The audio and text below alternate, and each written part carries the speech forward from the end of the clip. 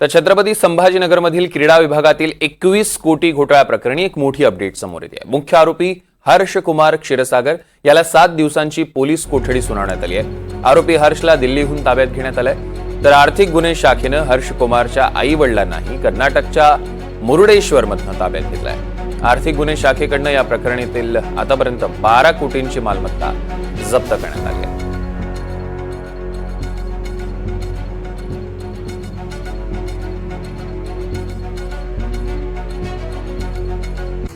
त्याच्याकडे नेमकी किती संपत्ती सापडली एकदा बघूया।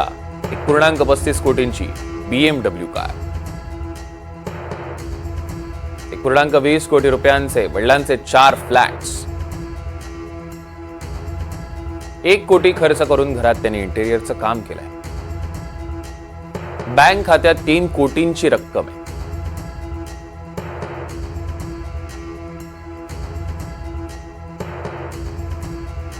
चीनमधून 50 लाखांची खरेदी हर्ष कुमारने केलेली आहे। 40 लाखांच्या 2 स्कोडा कार्स आहेत। 32 लाखांची BMW ची बाईक ही देखील सापडलेली आहे। तर दुसरीकडे हर्ष कुमारची मैत्रीण अर्पिता वाडकरकडे देखील कोट्यावधींची संपत्ती सापडली आहे। संभाजीनगरच्या चिखलठाण्यात 1.35 कोटींचा फ्लॅट, मुंबईत 1.5 कोटींचा फ्लॅट, 1.44 लाखांचा आयफोन, 15 लाखांची स्कोडा गाडी, 1.9 लाखांचा अजून एक स्मार्टफोन, 3 बँक खात्यांमध्ये 1 कोटी 1 लाख रुपये।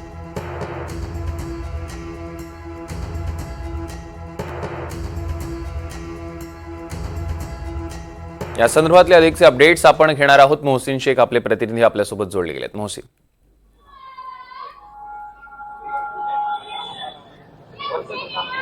सौरभ, नक्कीच आपण जर बघितलं तर क्रीडा विभागातील जो घोटाळा झाला होता गेल्या अनेक दिवसांपासून याची चर्चा आहे।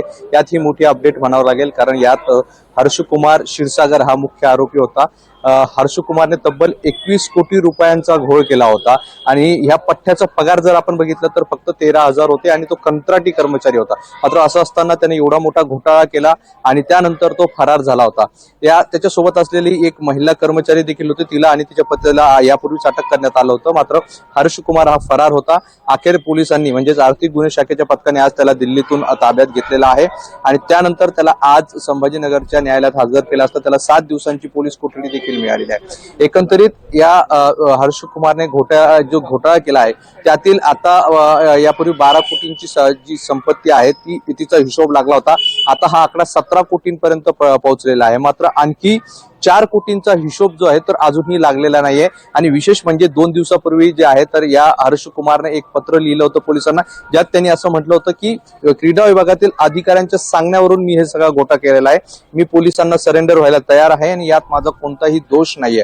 त्यामुळे आता हर्ष कुमारला ताब्यात घेतलेला आहे आणि हे सगळा घोटाळ्याचा मास्टर माइंड खरा कोण आहे, हर्ष कुमार की आणखी कोणी आहे, या सगळ्या गोष्टींचा आता खुलासा होणार आहे।